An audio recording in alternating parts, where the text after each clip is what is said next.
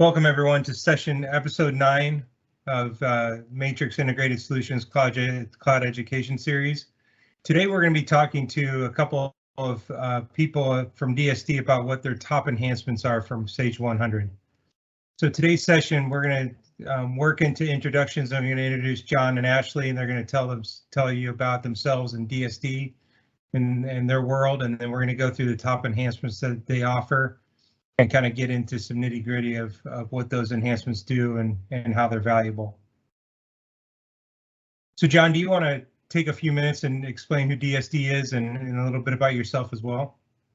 Yes, thank you, Jeremy. So as the slide says, we were founded in 1984. Doug Dean was the founder of our company, and he started the business literally right out of his garage. We were doing, at the time, ACPAC, which is now Sage 300. And then soon after that, we moved into Mass 90, right, which is now Sage 100. So we were really one of the first partners with state of the art for Mass 90. And then when they introduced the developer partner, right, the Master Developer Program, we were one of the first as well. So I think it was probably in late 80s we became a developer for Mass 90. We started off, small, doing customizations for our local clients, and then we started publishing enhancements, which are products that we can sell to many users, right? And then over the years, we just kind of built up our portfolio of products as well as our overall business. So, we are now a top VAR for Sage. We also do Intact with Sage as well as Sage 100. We do Acumatica, we do HRMS. And as far as the development division, we now have about 500 enhancements to Sage 100, and we also do custom programming. I started with the company, 1992, so my 30th anniversary of the company is coming up in a few months.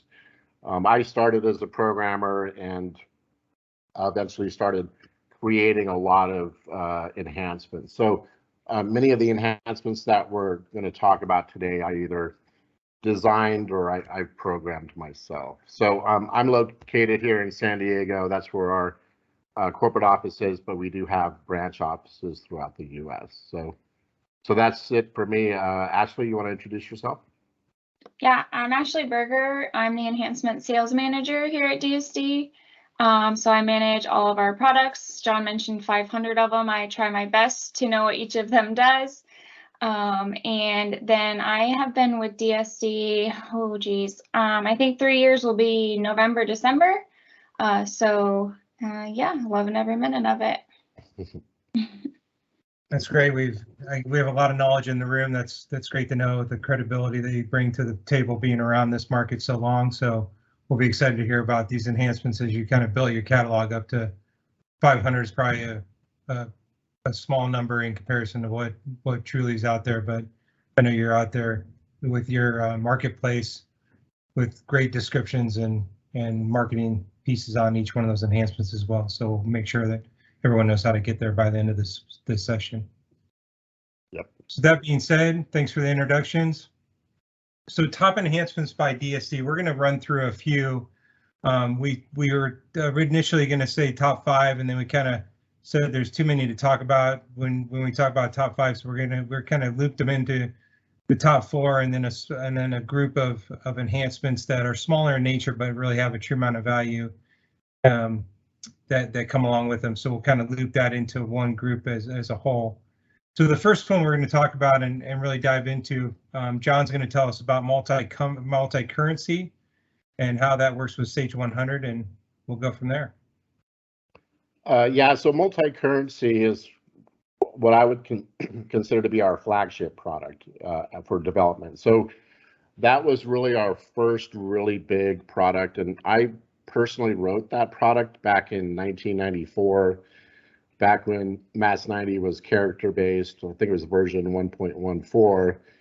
And the product's grown over the years. Our client base has grown over the years.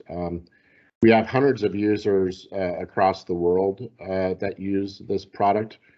And, you know, in general, multi-currency allows you to do data entry and reporting in different currencies in Sage 100. So Sage 100 doesn't have a multi-currency component. It's all kind of single currency.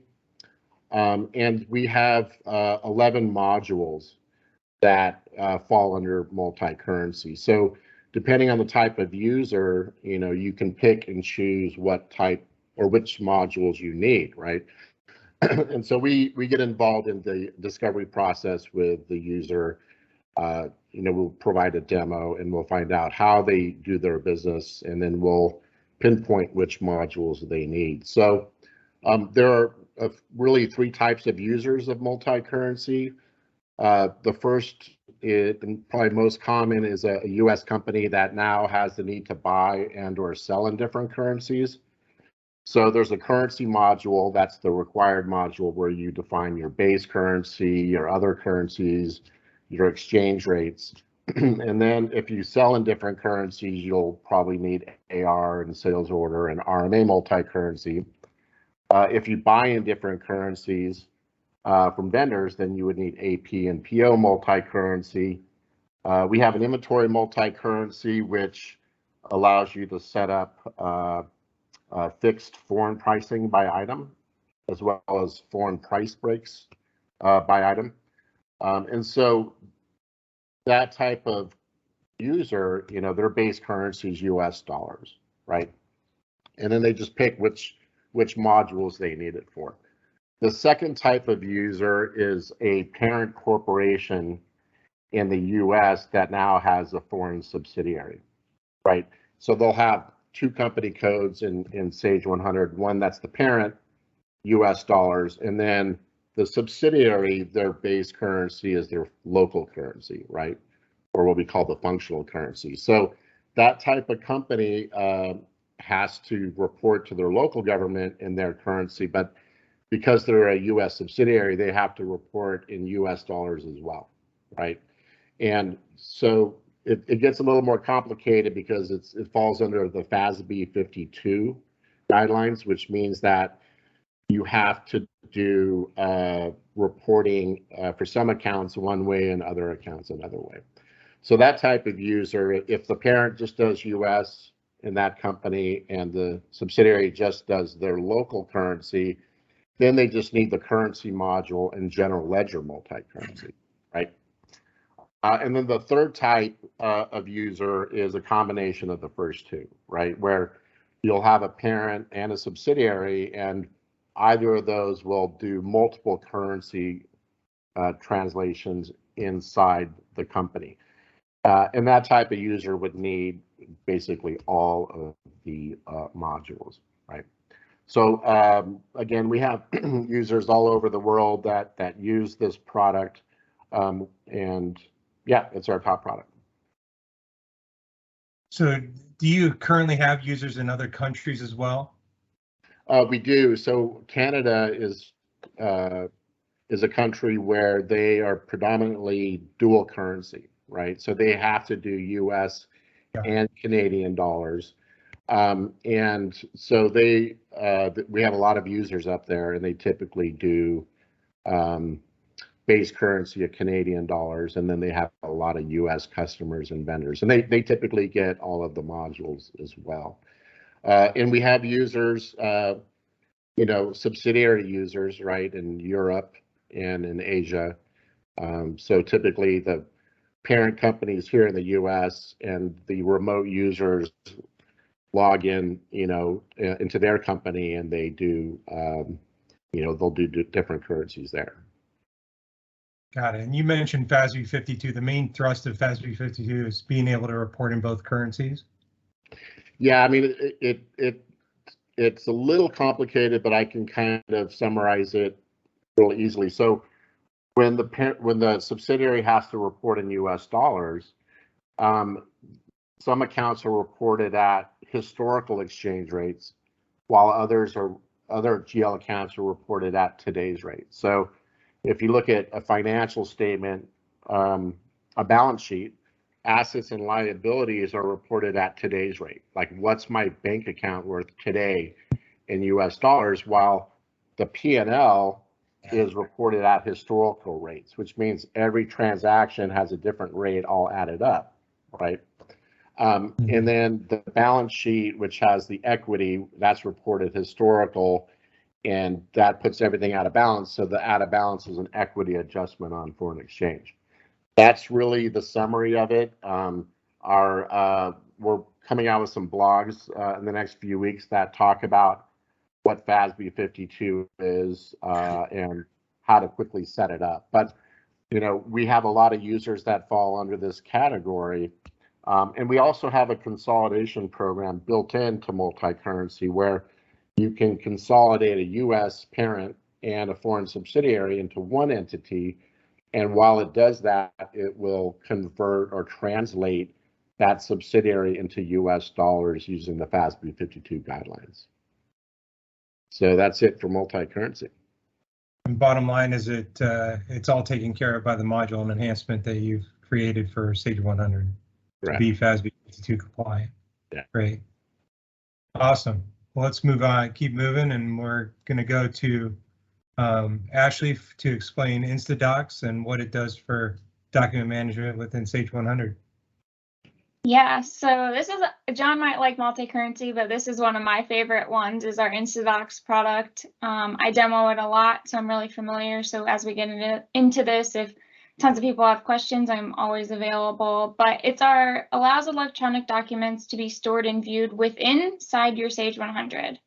And so that you can easily access documents related to your customers, your vendors, or sales order invoice records easily within your Sage 100.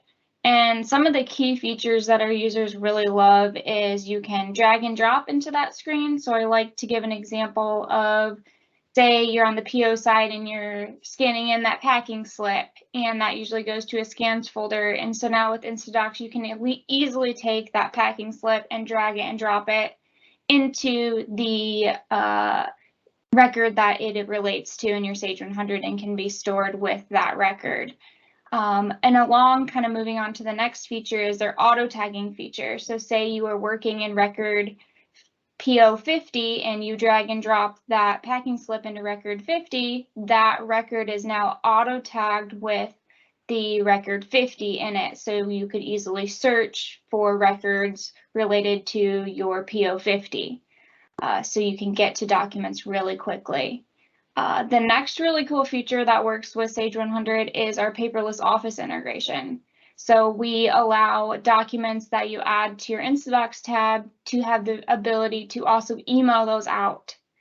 And then the next one related to paperless office is the ability to send one email per customer per batch. So if you have batching turned on and you have tons of invoices for customers, it will only send one email to all of them. So I know a lot of people love this feature as well because their customers are getting tons of email invoices where it could just be one. So a lot of people love turning that feature on as well.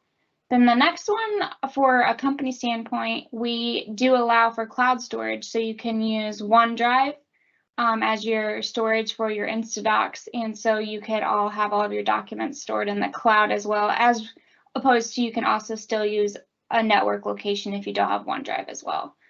And the next thing is we do have security for InstaDocs. So if you're a company that likes to lock down your users and don't want them to have all of the abilities that InstaDocs gives them, you can lock that down. And then the last feature we kind of already talked about is there's a master search. So if you need to search for documents, keywords the way that they were saved, again, you can search by the tags that you put on them. So there's easy ways to find all of your documents within your Sage 100 system. Got it. Thank you, Ashley. What are the modules that InstaDocs works for or available for?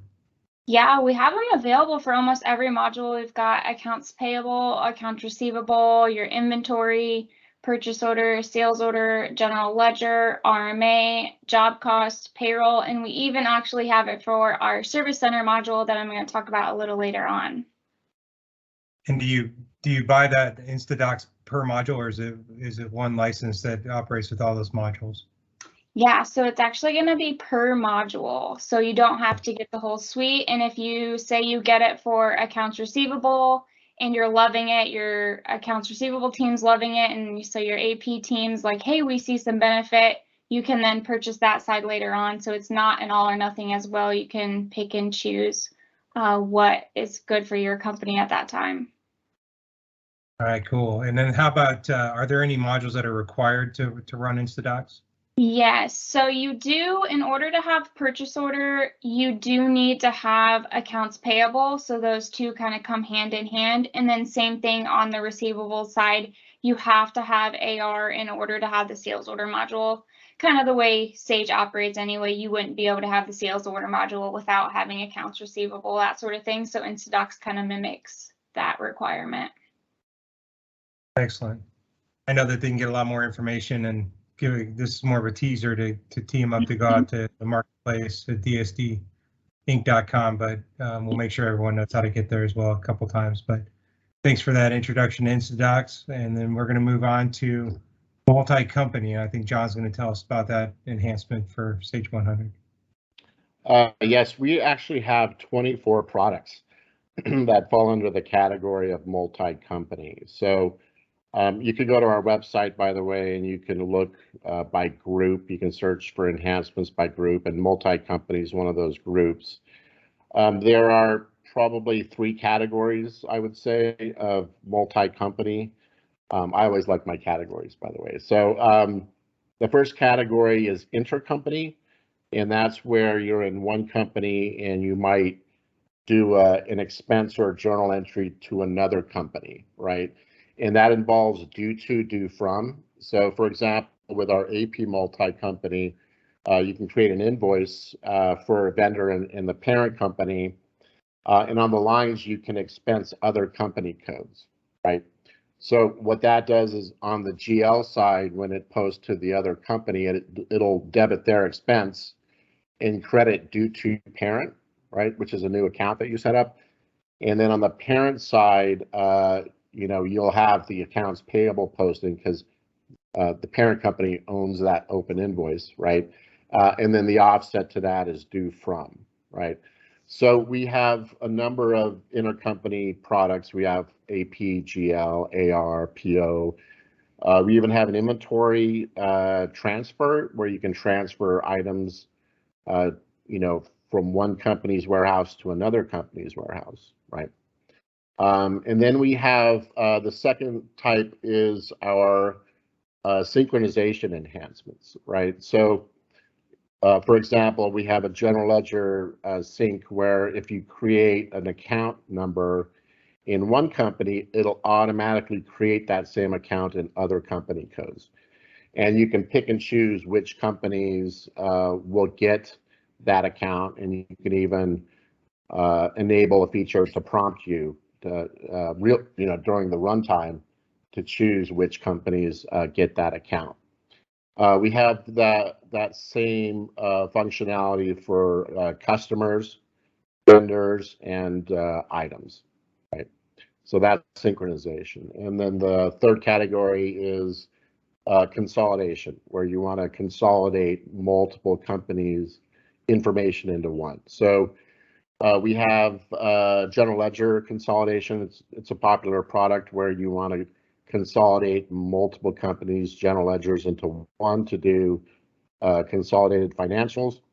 And we also have a company consolidation where if you have 2 companies that are merging together, that product will allow you to merge them into one company. So that's it for multi-company. Great. Out of all those different enhancements for multi-company, sounds like they cover a wide span. Which ones do you describe as the most common? Well, I think AP multi-company, that intercompany, it's really one of our oldest products. Again, I wrote that back in the early 90s, and it's by far the most popular. It's really a common need for a user that has multiple companies, right?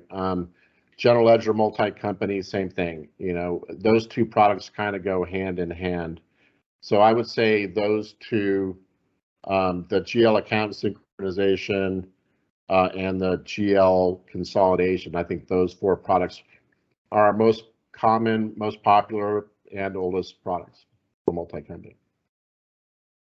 Got it. Other than giving me nightmares about my accounting classes in college, thanks for explaining what multi-company is, because due to, due from still triggers me a little bit. Yeah. Well, I mean, the good thing about it is that it does it for you, right? So users can do intercompany manually, but it's very cumbersome, and it's always nice to have a product that does the process for you. So. Yeah, no doubt. It's a complicated process, so automating it's a huge benefit. Be labor intensive, so great. All right, I think next Ashley's going to explain to us Service Center. Yeah, so Service Center is a good solution for companies that need to track warranties and then perform repair service. They can also send out replacement or loaner units as well. This is actually a brand new module in Sage 100, this enhancement. It does closely integrate with sales order inventory and your accounts receivable. But Service Center is more for a depot repair shop. So the difference is the user is kind of sending their parts back to you or their unit back to you, and you guys are doing work on it, as opposed to field service where you have some technicians and then you send them out into the field. So Service Center is more of the replacement or the need that fills for the depot repair shops that have Sage 100.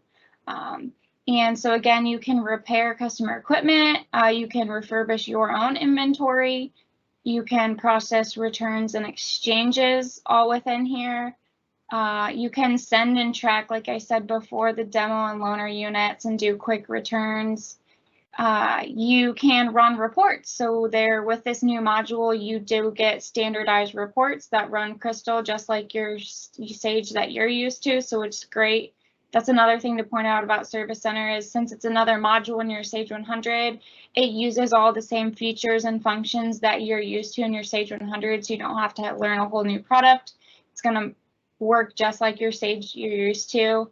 It gives you the ability to have your complete service history. I know a lot of companies, when I do demos on it, they've got it in a completely different system that they're tracking or on spreadsheets. So getting it all into your Sage 100 system and all working together and being able to report on that is a huge plus. You can then generate invoices from the work you've done. There is also, again, with this product, the paperless office integration. So with your updates, you can have the ability to send those emails out. And then if you are utilizing the Business Insights or Business Explorer views, we do have 4 of those available with Service Center as well. It's a great product for people who are tracking and doing repairs. Repairs and warranty work. Mm-hmm. So do you need to serialize your inventory when you're doing Service Center? Yeah, great question. So when you're in and working with Service Center, you will set your inventory up serialized, and then there's some more options where you'll have it track your serialized items and they will automatically be created for your Service Center. So say someone is buying that unit from you guys and it will automatically track that serial number and part number for you. So say you sold a unit to me and I call you back and say, hey, the belt's going out or something. I need you guys to do some work on it, and I send it back to you. That part is already in your system. You've got the serial number. You don't have to go find it or from another system. Once you sell it from your system, it automatically gets tracked in your system, which is awesome too as well. Yeah, that is good. As long as it's serialized, that's the key. Yep. What about tracking technician time for that repair or warranty work that you do? Yep, Service Center also does record, and you can keep track of technician time, and you can put it to the service tickets or the entries that you're doing to work on that. So again, you can report and track off of all of that time as well if you're having those technicians report on it.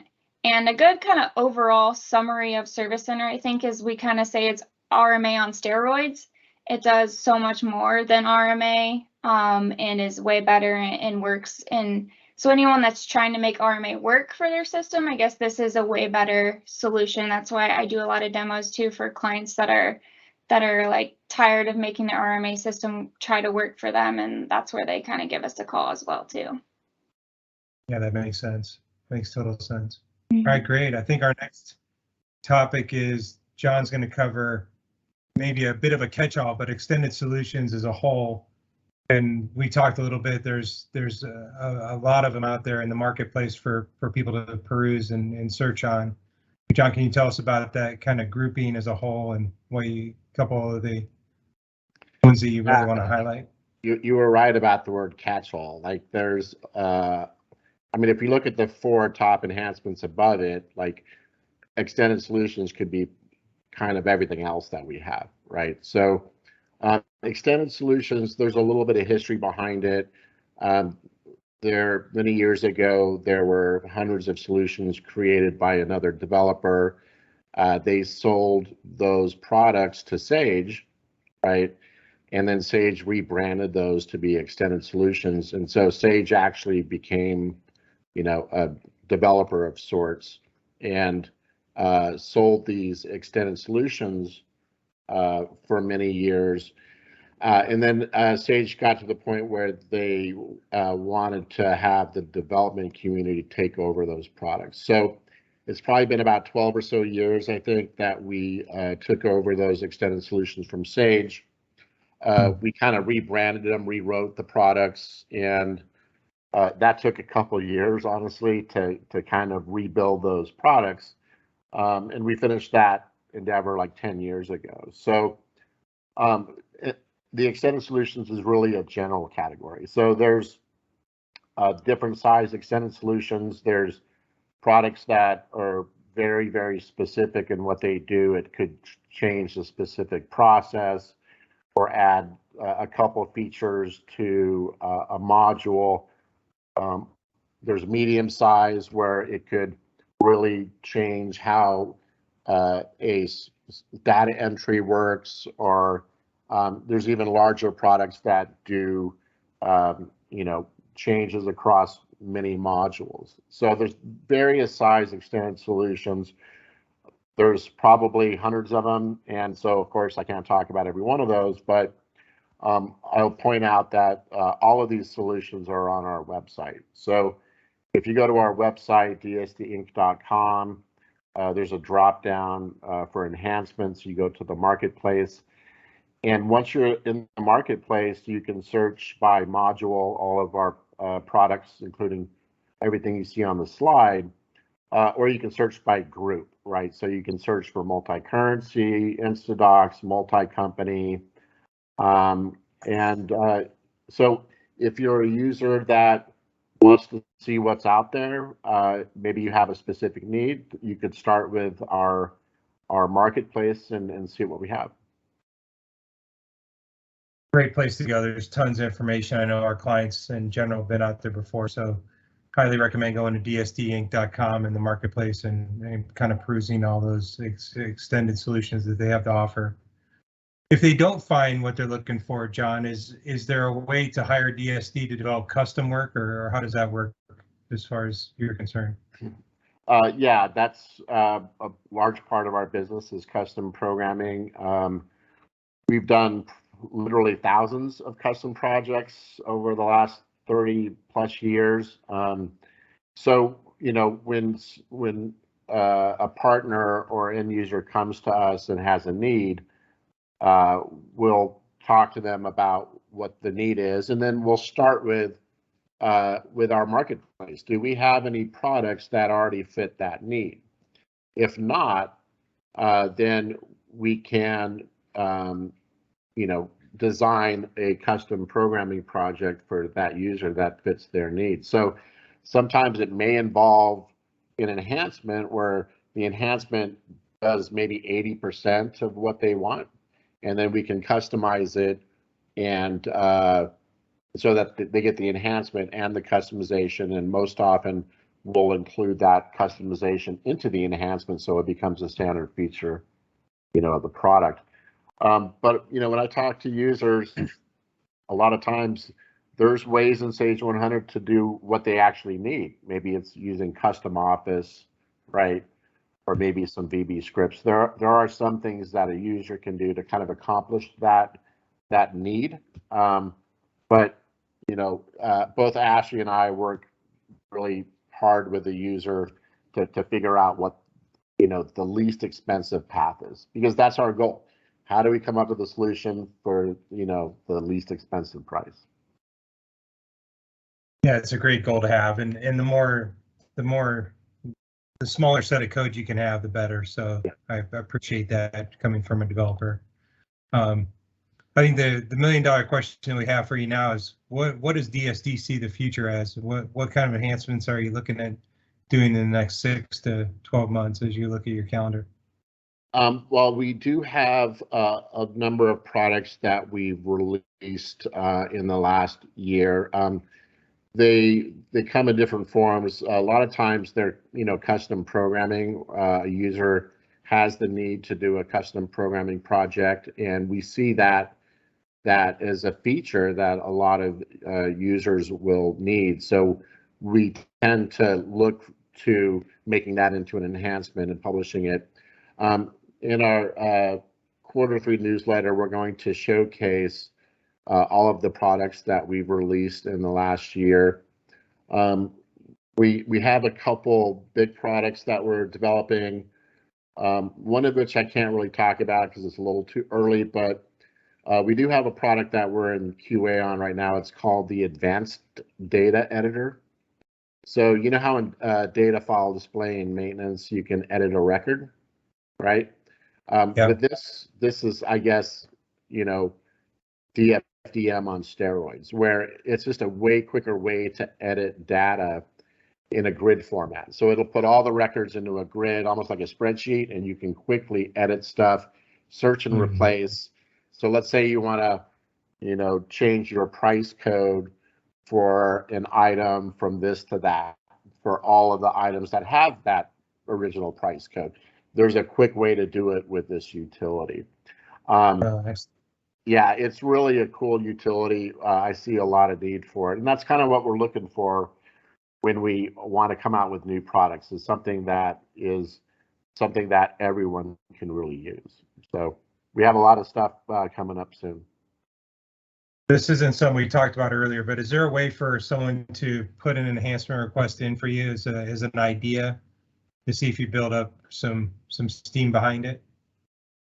That's a good question.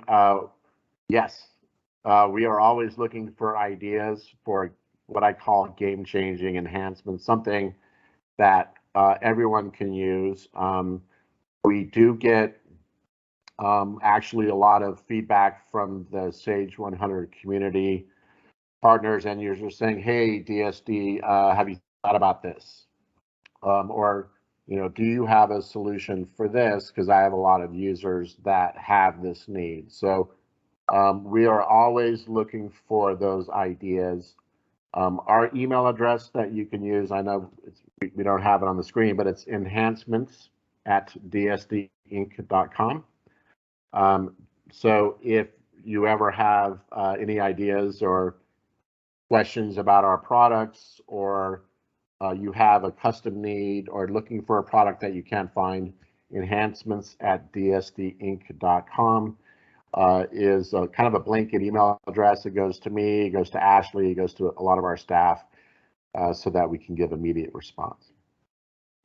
Really appreciate that, and certainly on screen we'll put my email address, and if you have any questions that I can forward on to John or Ashley, or enhancement requests, or need to connect with them directly, you can call us on our 330 number or email me at jeremy.russell@matrixintegrated.com.